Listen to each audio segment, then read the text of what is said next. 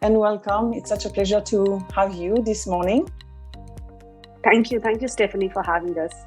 So I'd like to start by introducing you to our webinar. So the theme today is Ayurveda, nutrition, and medical astrology. And we're going to talk about how the stars can help you with a better health and a better well-being. So I'd like to welcome Dr. Dharna Tiku. She's based in Singapore.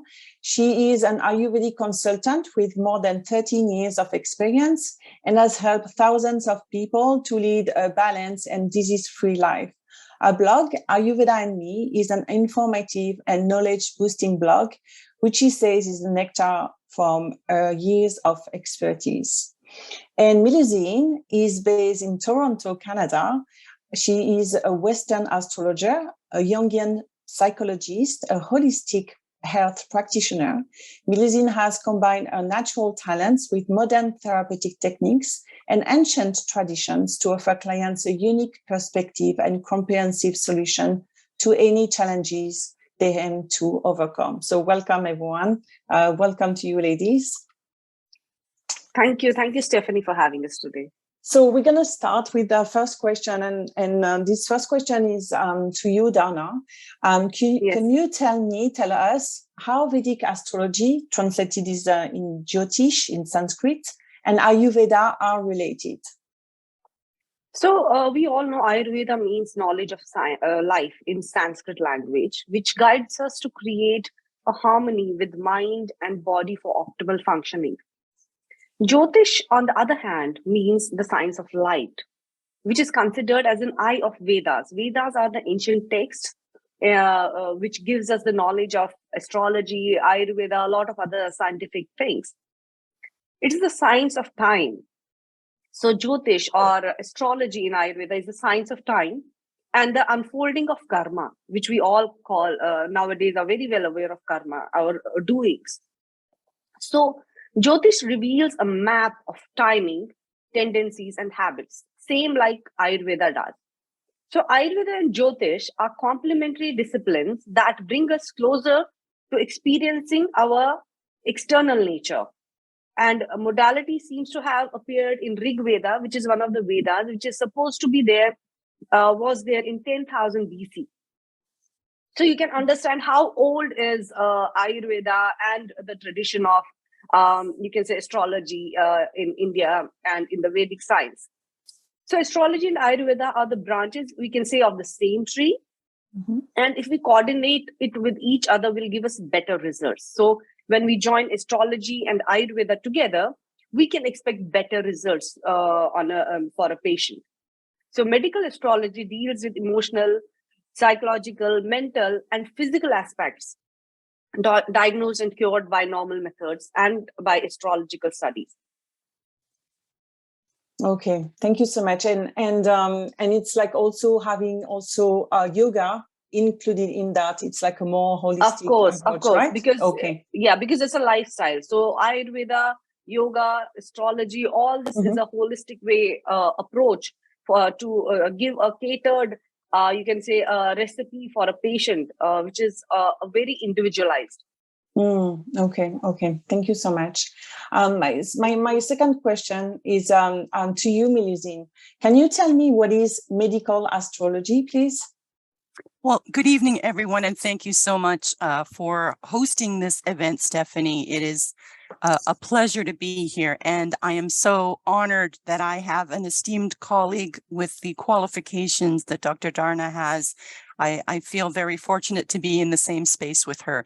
So the definition of medical astrology takes us back several thousands of years, which goes back as far as Mesopotamia and what is now Iraq and Iran. And astrology was an understanding based on observation of the celestial movements of planets and stars. And you would have to apply what's called the Hermetic principles, the whole notion summarized by as above, so below. Mm-hmm. So planetary qualities such as hot, dry, or cool and moist would be also associations with the parts of our bodies that have similar characteristics. So where your chart is concerned, you might have a tendency to lean towards certain humors, what the ancient Greeks would call humors. So you could be either melancholic, choleric, or have phlegmatic personality or sanguine. So those were the 4 categories that were utilized. And what we don't have now in Western traditions, which the East has maintained, is the notion that we are more than the sum of our parts. So the idea of a dis-ease has to do with much more than just a dysfunction of an organ. It has to do with the body, but also the spirit and the mind. So when you separate these things, you cannot really attend to the source of where the imbalance is. And so combining these essences that are above us as we look up at the sky and then see how those dynamics play out in the physical reality of our personal world is the area that I have focused most of my attentions as a counselor and as an astrologer. Okay. Thank you so much. Melusine, is it possible to look at a chart and identify where someone is most likely to encounter health challenges, unhealthy pattern, or disease, whether physically or mentally? You have to take into account that a chart is a 2-dimensional perception of something that is in 3-dimensional space and is perpetually moving. So if I take a look at a natal chart, that is a snapshot of how a person came in, but there are a multitude of things that are occurring on the day that they might be asking me for information. And it would be very relevant to look at a natal chart in terms of where the malefic planets land in what houses, and the houses that are significant for health are the 1st house for the body, the 6th house for health, and the 8th house of death. So with those 3, if you have heavy planetary placements and you have malefic planets there, then there may be certain vulnerabilities that a person might encounter that is prescribed by the moment that they came in, and then that could be aggravated or activated by the movement of planets into those areas as they cycle. Oh, okay.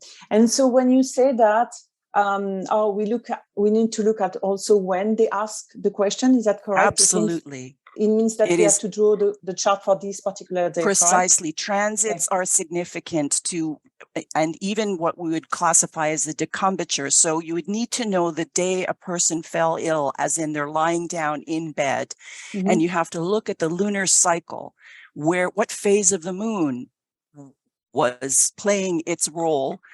And then even when someone is asking what would be an ideal day to have a surgery that needs to be done, then say, for example, when the moon is waxing versus the moon is waning. When it is waxing, you're talking about an increase. So you don't want to be cutting when the fluids would be in a process of increasing. So these are the rules of thumb that we would use in order to determine when the best date would be, or from a prognostic standpoint, what the chances are of you getting better and what kind of plant interventions would facilitate a cure. I see. Okay. Thank you. Dharna, how do you integrate Vedic astrology with your clients? And then if you could share a specific example, that would be great. Yeah, sure. Thank you for the question, Stephanie. As we all know that Ayurveda is a science of life. So it's a very holistic approach. We understand the body type of a person, what kind of a body type it is. Like Yvonne already talked about the humors. So it is similar in Ayurveda, which is Vata, Pitta, and Kapha, which is a lighter body type, a medium built body type, and a heavier body type, which you get by the genetics, which you cannot change, but each have their own qualities. So, for example, a person with the genotype of Vata, which is a lighter body type, so it corresponds to the planets like Saturn and Gemini, and Pitta, which is a medium-built body type and is more fiery in nature.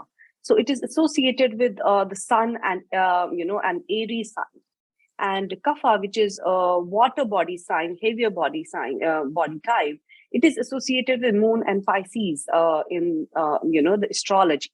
So in Vedic astrology, it is considered second, sixth, and 12th houses play a major role in the health issues.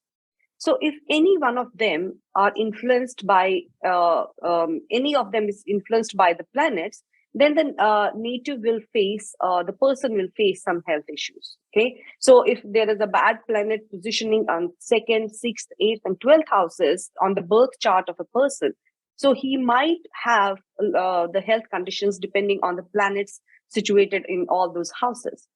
So disturbances in diet, weather, and other factors also create disturbances in the Ayurvedic constitution of an individual and frequently result in ill health.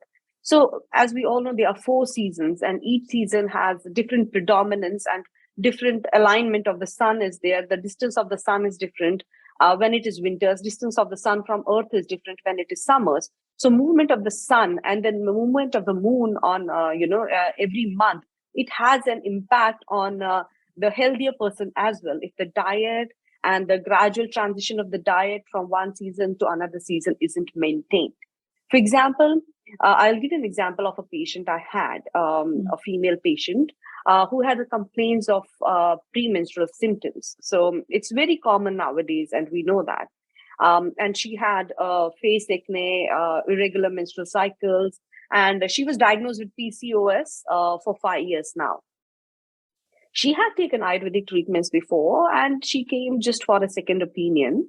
But as per Vedic astrology, Venus or Shukra Graha or planet is responsible for the imbalances in uterine functions. And, especially the lower body organs, the fertility, you can say, mostly the fertility is controlled by Venus or Shukra Graha in Ayurveda. I advised her some remedies based on my knowledge on, astrology. I definitely gave her some medicines, some lifestyle.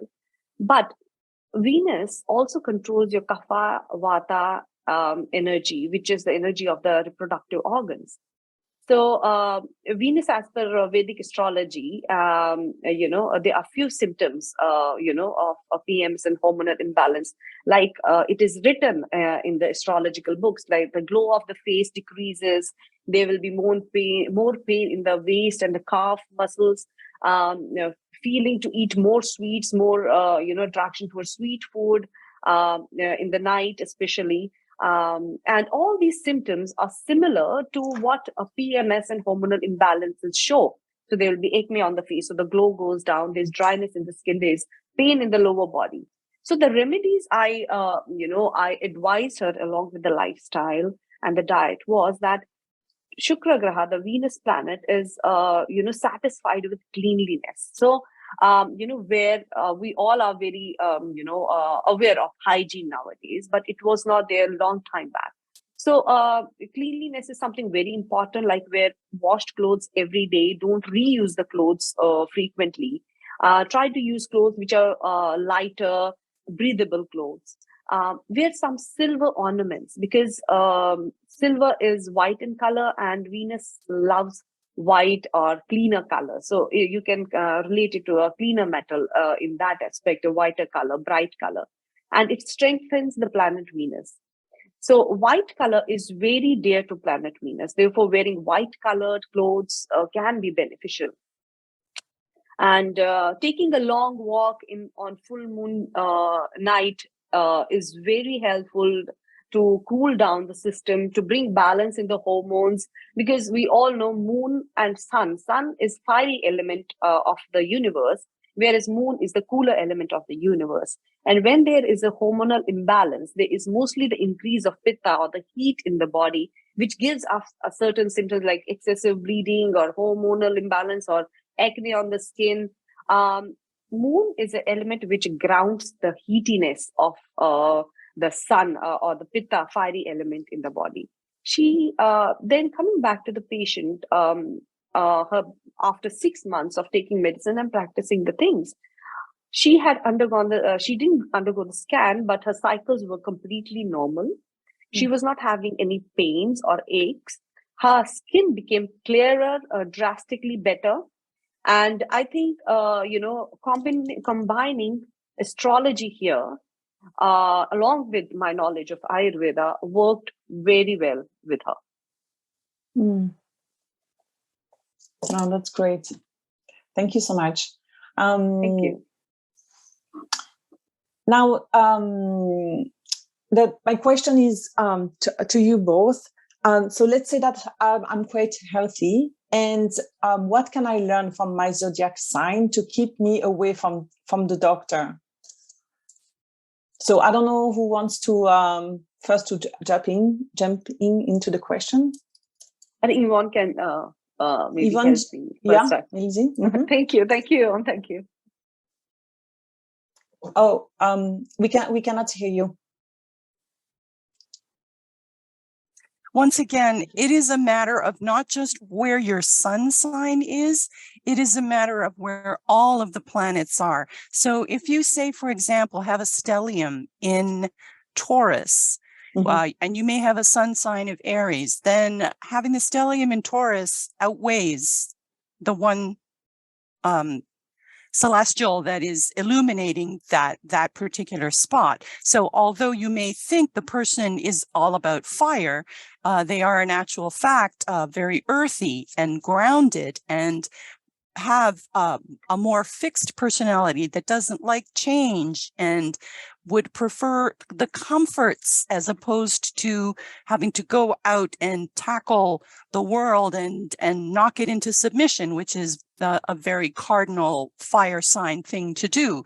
So I need to preface what you're asking with respect to the whole picture of the landscape of all of the planets and whether they're in good places or detrimental locations. And then what I would recommend would be on the basis of there are specific mathematical calculations that are done with regards to what is the most dominant planet in your chart, where all the point systems go.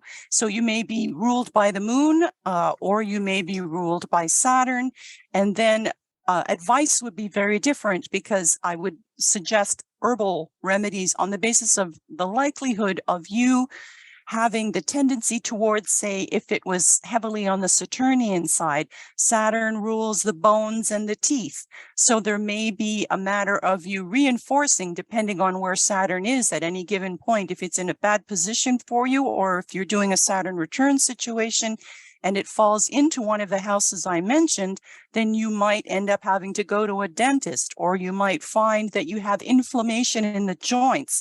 And there are things that can be done to reduce inflammation and to bring some warmth into the space so that you, from a preventive standpoint, are not going to have to deal with a crisis or an acute inflammatory situation, because you've been taking the necessary steps to attend to those areas that you are vulnerable on the basis of what your natal chart is telling me. So, and this tends to run in families with respect to, say, arthritis or liver ailments or circulatory issues. So if someone has cardiological problems in the family, then there'd be things that need to be done to be sure that the circulatory system is being attended to in a fashion that is supportive. The other thing that needs to be understood is you have external effects and internal effects. For example, if I live in a humid climate, my issues in terms of the environment I find myself in will be very different than what I would encounter if I live in the Arctic Circle. And I've got a situation where many months of the year, I don't see sunlight because I live in a northern climate where it's cold and it's dark. So the things that one would encounter as far as symptoms are also to some degree driven by the places that we live and what we encounter as far as toxicity. If you grow your own food and you live in a place where the air is fresh, the likelihood of you falling ill is considerably less than if you live in an urban environment where you're eating processed food and the air is toxic and the water is contaminated. So there are a lot of those things that factor into what kind of advice I would give to avoid necessitating seeing a doctor when a situation is reaching a crisis point. Okay, I see. Dharna, do you have anything to add to that? Do you want to answer this question? Yes, please. Usually, Vedic astrology, we see the lunar calendar. So for lunar calendar, we usually need to take the time of birth, the date of birth, and the place of birth to see the alignment of the planets at that time. So we go for the lunar calendar mostly in Vedic astrology. So in Yoga Sutras, it's a wonderful ancient text. It reminds us that the pain is not yet manifested. The pain that is not yet manifested is to be avoided. So if you don't have any health issues, but yet we can prevent any future consequences depending on the alignment of the stars in your birth chart. So, for example, for a Gemini ascendant, Mars rules the sixth house of disease, and temporarily pitta disturbances would be likely. So, pitta means fire again.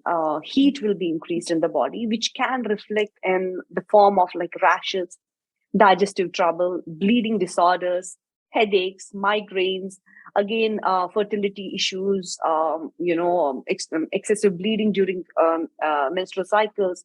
All these things can be expected. Okay. And so a person with such a horoscope, foods that are red in color or hot in nature, spicy food, fried food, all that kind of a food we usually advise to be avoided completely. So it is like, for example, let's say by your chart or your birth chart, you can say your lagna, your main, you can say zodiac, for example, is something which is vata related, okay, which I earlier said. So let's say if you are the person who is mostly a vata predominant person, so let's say you are Gemini, okay. So what I know that your body type is vata and you are a Gemini person, then you might have some vata and pitta related disorders in future. Okay, so for that I will guide you through the diet and the lifestyle which can avoid any diseases related to increased vata or increased pitta. So understanding Ayurveda and Jyotish together can help us take responsibility for ourselves to, first of all, prevent diseases and let us go off useless tendencies and avoid settling into a rut of painful experiences. So you can avoid a lot of things when you know certain things about. It's not the prediction. Mostly, I would not take it as a prediction, but it is like a guideline. And astrology works as an umbrella. So if the rain, definitely there will be a rain, but you have a protection. So you will need an umbrella to go ahead through that time phase. So that is how Ayurveda and astrology can combine together to help maintain the lifestyle and prevent diseases as a preventive science. Okay, I see. May I ask, Dharna, do you work in that case with hand with astrologer? Like, do you have like a patient coming with a chart, or do you calculate it? See, yes, of course, okay, because I am not somebody very well read in astrology, but through Ayurveda, whatever knowledge I have gained in astrology, I use that and it has helped me so far. I don't go very detailed. And when I see a patient, let's say a very chronic patient who is not getting any improvement by doing n number of treatments, then definitely there is some glitch in his or her birth chart or his zodiac, right? So for that, I definitely refer to somebody, who has a in-depth knowledge of that and can advise. Then I connect with them, and then they advise me. What are the issues in the birth chart, and all we can do together to make it better. Okay, perfect. Thank you. Yeah. So my next question is, how do you think Western medical astrology and Ayurvedic astrology or Ayurveda can complement each other to be most beneficial for individuals? Um, So, and this question is, I'm sorry, yeah. this question is to both of us. Sorry, both of you. Okay. So I'll take it first. Sure. See, both disciplines offer helpful corrective measures, and in this way, medicine and astrology are linked. So, as I said, Vedic astrology, we see the lunar chart. Modern Western astrology, they mostly see the solar chart, right? So these two modalities are quite similar, to offer or guide a roadmap to a better understanding of a physical, emotional, spiritual, and even monetary experiences. So I would not say there is. I think it's just the way we look at it, but the solution is almost similar. It's only the point of view is different from the lunar and the solar. But when both of them see it at a different perspective, the end solution is almost the same. Another interesting distinction is that modern Western astrology has become more psychologically oriented, if I'm not wrong, whereas Vedic astrology is based on one's individual karma. So we consider that a lot in the Vedic astrology, and we try to rectify that. Okay, what you can say, whatever mistakes have been done in the past, it's kind of a correction method of whatever drawbacks has been there, or whatever we haven't done and we should have been doing it, or whatever we have done wrong, we should be correcting it now. So Vedic astrology also tends to provide insight into personal dharma, which is your life path, or reveal our inner gifts and challenges. Sometimes what happens, we have so much potential within us and we don't realize it. We know that at the age of 40s and all, we become more enlightened in the way that we understand world much better. But if that revelation comes way earlier in our life, so it's gonna be altogether a different story. So if you with the birth chart and all, someone is directing you that these are the things that will be great in your future, and you should adapt this path, then definitely it is person's own liking and disliking whether they want to take it, advice or not. But that helps you a lot to curb many challenges. So you won't face many challenges in the life if you already know what you are within, and you can avoid all of that. So I think that is where Western and Vedic astrology both provide the same solution. They both have the same target to make a person's life better and to guide them through the way of their life. There can be minor differences here and there, but I think the end solution everywhere is the same. Thank you. Melusine? Well, that was beautifully expressed. And I have to say, I have always been in awe of the wisdom that is available to us through the Eastern teachings, which take a lifetime to really master. And I have only been privileged to understand bits and pieces and have tried to incorporate that into my practice as best I can. I believe that we in the Western world have a lot of catching up to do. We have lost our way. The consumerism and the materialism that has been culturally pushed at us has produced a level of awareness which is peripheral. We need to reconnect with each other and with nature, and understanding that balance comes from within, and taking time to turn inwards is something that is easy to do for the Eastern world, but for the Western monkey mind, it has been a massive challenge. And I can't express my gratitude enough for the fact that these disciplines and principles have been brought to our attention here when it's most sorely needed, so that it doesn't matter where you come from, what race you are, or none of that matters. Ultimately, we are looking to join together as humanity, and the things that ail us are the same.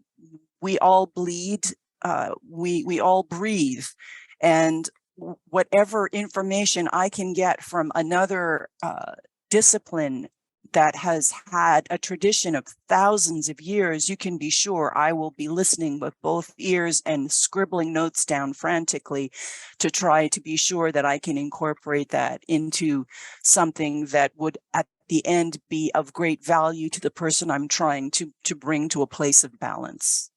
Thank you so much. My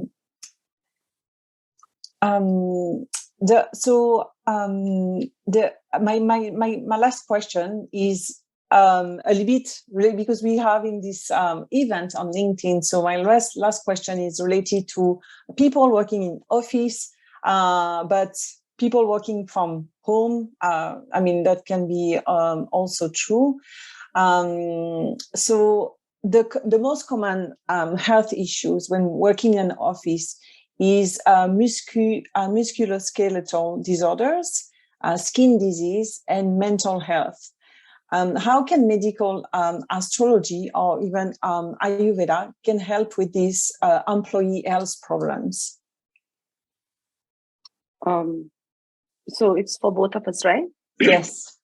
Okay. I'll just quickly sum up, about this. So astrology can help, live healthy and a fit life. And each our organs, anatomical structure, and body parts are inherently influenced by astrological elements. So we can predict certain things through astrology about, the lifestyle, the habits of a person. But nowadays we see all across the globe, the trend is same. Everybody is desk bound, including me being, in the lifestyle, this thing, but still I end up, sitting for longer hours, sitting on the desk. And that definitely gives, after a certain time, our mind is so much engrossed on, the screen and other things that we forget our neck, shoulder, and other parts of our body, which is the upper parts of our body and the lower back, of course.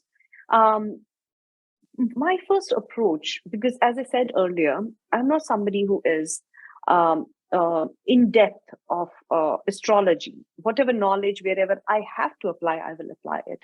But since it's a lifestyle issue, it's a lifestyle condition. So my first approach is to understand the health condition when a person comes and correct the lifestyle of a person, first of all.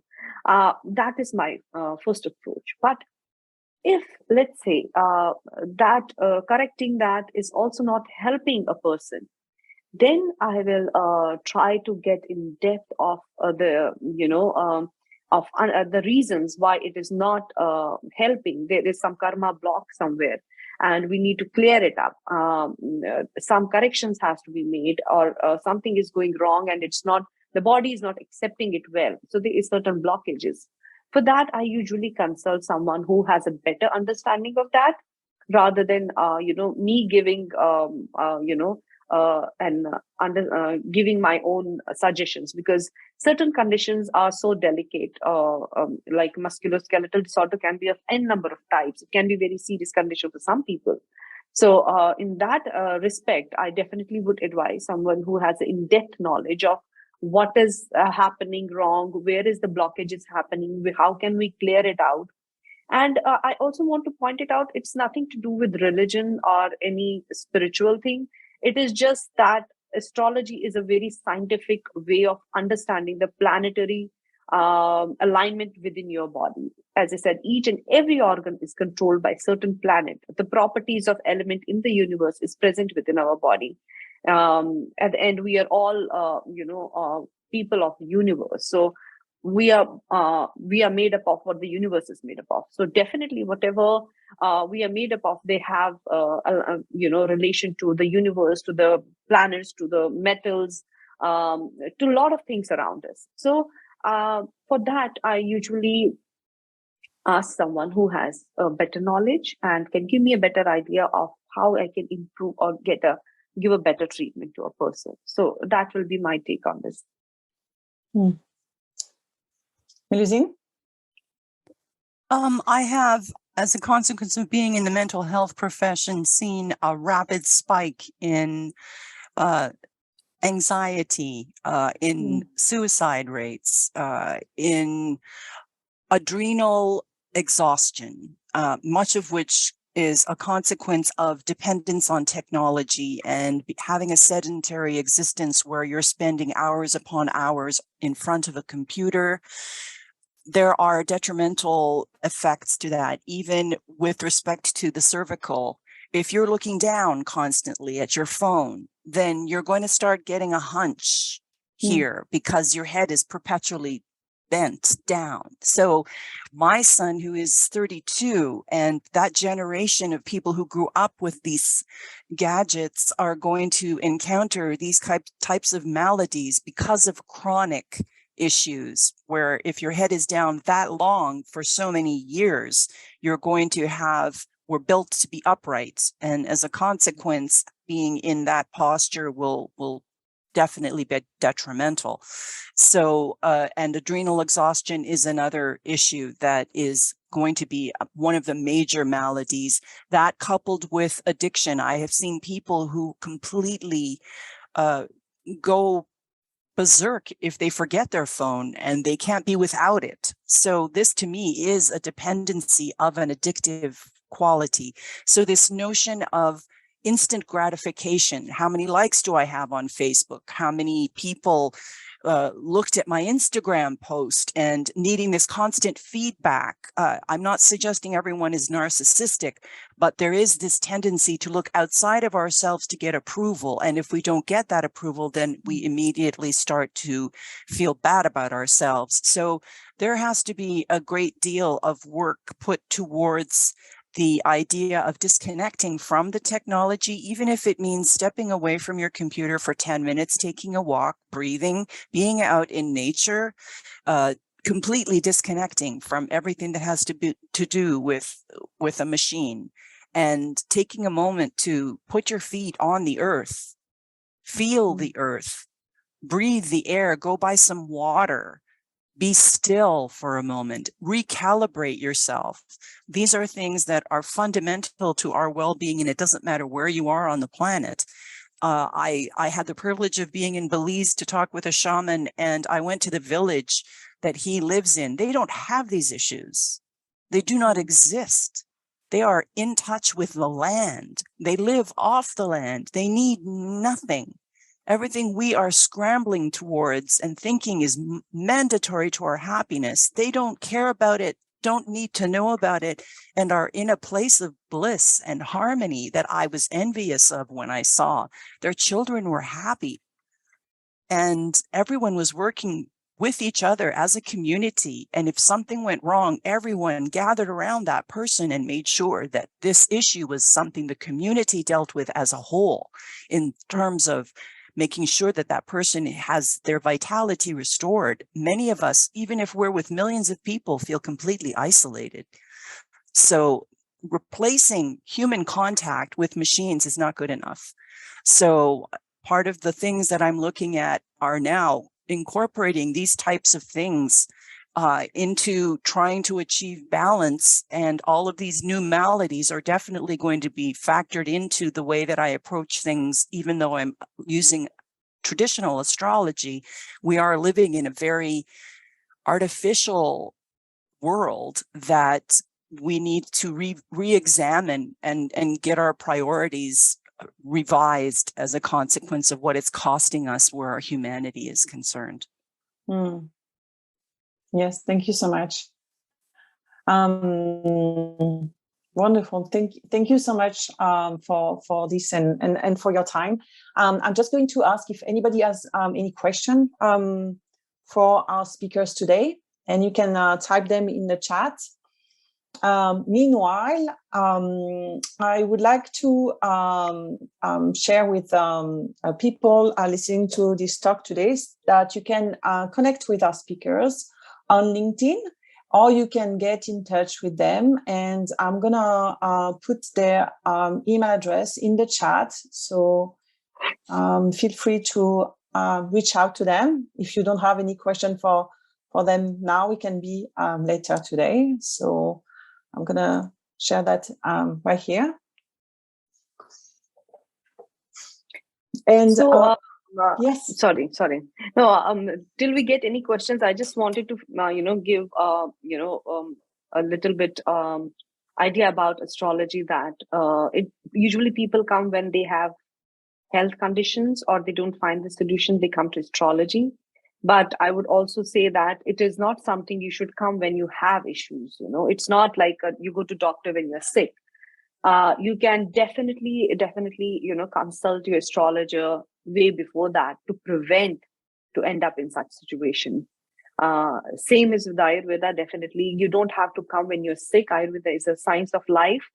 So come just to get an analysis of yourself and prevent, further, in future, if there are any prospects of any conditions or health issues, you can prevent n number of it by consulting your astrologer or your Ayurvedic physician, whether you are sick or not. Just do that. That will really be helpful to lead a healthy life in future. Dharna, I'm so glad that you said that, because this was my question for you, my last. Okay. because both of you, what you've been saying during this talk, I heard like a lot of like, we have to keep things in balance. Like, yes. Whether it's like, like the East or the West, balance is something that came, like this word came out from your mouth today often. So I wanted to ask, like, yes, how do we keep things in balance? And like how often, like when everything is kind of like okay, or if everything is okay, when, how often should we come to visit our astrologer, our Ayurvedic consultant? I do once a year or every 6 months for my astrologer, for my Ayurvedic consultant a little bit less than that. But what is the rhythm, the right rhythm? What have you noticed? So for Ayurveda, what I would suggest is, see, our body builds up toxins naturally, which is the mechanism, because we can also see, as we talked about lifestyle, we sit for a longer time, we don't have much of the movement. So there's more stagnation in the body. So since we are 70% water, we all know we remove the water from the pots and all the dengue comes, the mosquito breeds. Similar thing happens in us, except mosquitoes breeding inside. But a lot of toxins build up when you're stagnated, when you're stationary for a longer period of time. And we don't realize it, but it builds up over toxins, every day. But every 6 months, you should get a check done to understand what is the cleanse you need, what kind of a cleanse as per body type you need, do you need or you don't need. Some people have a good immune system. They won't show the symptoms, but the buildup is still there. They might show symptoms later, but they will show. To consult an Ayurvedic physician or an astrologer, I would say, 6 months is good time. And there are certain periods in a person's horoscope when in the lunar horoscope, what we see is for 7 years, there is a condition in which Saturn comes into your predominant house, and it can really create a lot of disturbances. It's mostly a testing time for more people. Usually it comes twice in lifetime.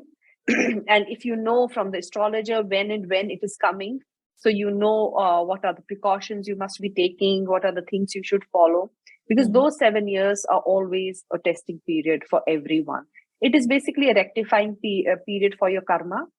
Like whatever good or bad, even if you have done good, you will get the good results. But if there's something accidentally, unknowingly, some mistakes happen. We are all human error happens. So that comes as a result in that 7 years. So when you see the astrologer, they can highlight it and tell you, so this is the period you need to be very careful about. And before this period sets in, these are the things you need to correct in your lifestyle or in your behavioral pattern. So these 7 years pass very peacefully. So there are certain, during that 7 years also, if God forbid a person is getting some disease, it will be very difficult to cure. So it depends on the grade of the disease, but it will be. So I would say 6 months is an ideal time to, get it checked. But for some people who have extremely sedentary life, they have too much of travel included as well.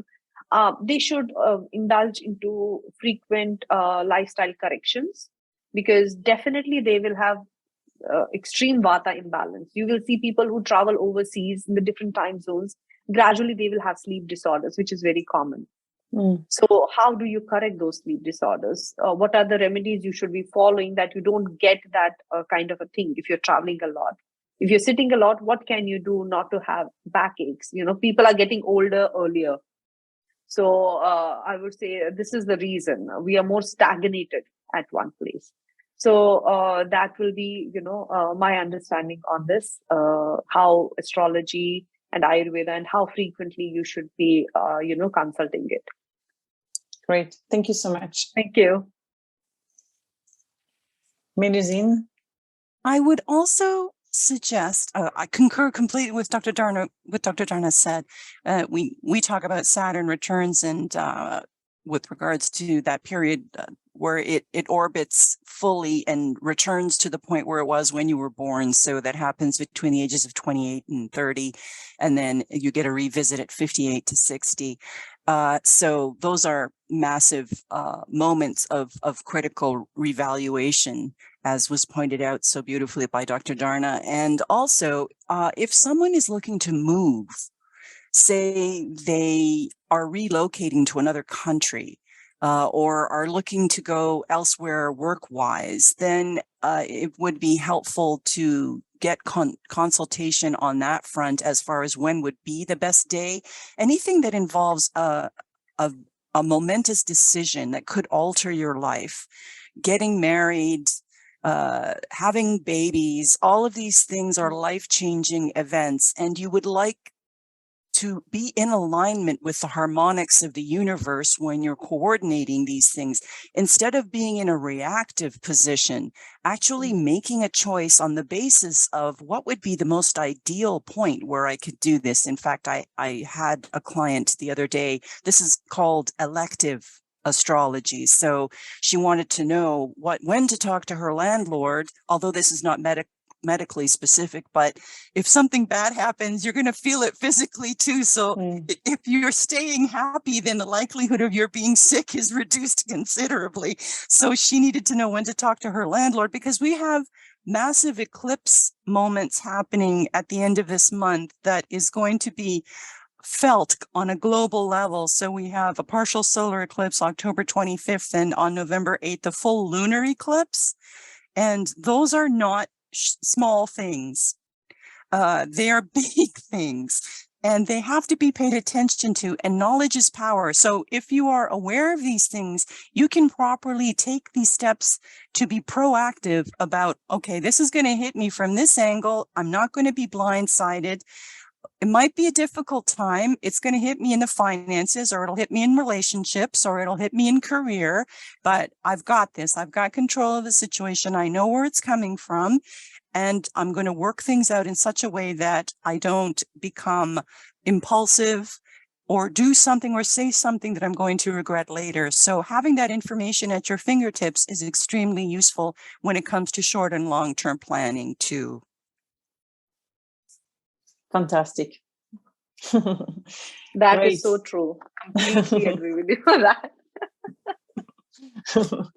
Wonderful. We can prevent diseases or mental health issues when we already know how to deal with the situation. So that is definitely a very good one. Absolutely. It becomes so much easier. So if earlier I was saying like balance was one word, I think awareness maybe is another word about like what's going on and living now. Okay. Thank you so much for your time. I really enjoyed this discussion. It was such a pleasure to have you today. I just want to tell you that I really like that today. So Dharna is in Singapore. Actually, I'm in France. I'm traveling in France, so I'm in Europe, and Melusine is in Canada. So I think we are having like a beautiful connection, thanks to technology, that we can have this discussion. And after that, we will unplug. Lovely. It was great meeting to you, Yuan, and really I got a very good, understanding of the astrology, the way you explained. Thank you so much. Thank you so much for that. It's a pleasure and a privilege to be here. Thank you so much for organizing it again, Stephanie. Love to you, Dr. Dharna. Thank you. Thank you so much. Thank you, Stephanie, again. My pleasure. So have a good day or have a good night wherever you are on the planet. And yeah, it's good morning here. So good morning. Thank you. Thank you. Bye-bye. Bye-bye. Good night. Good night.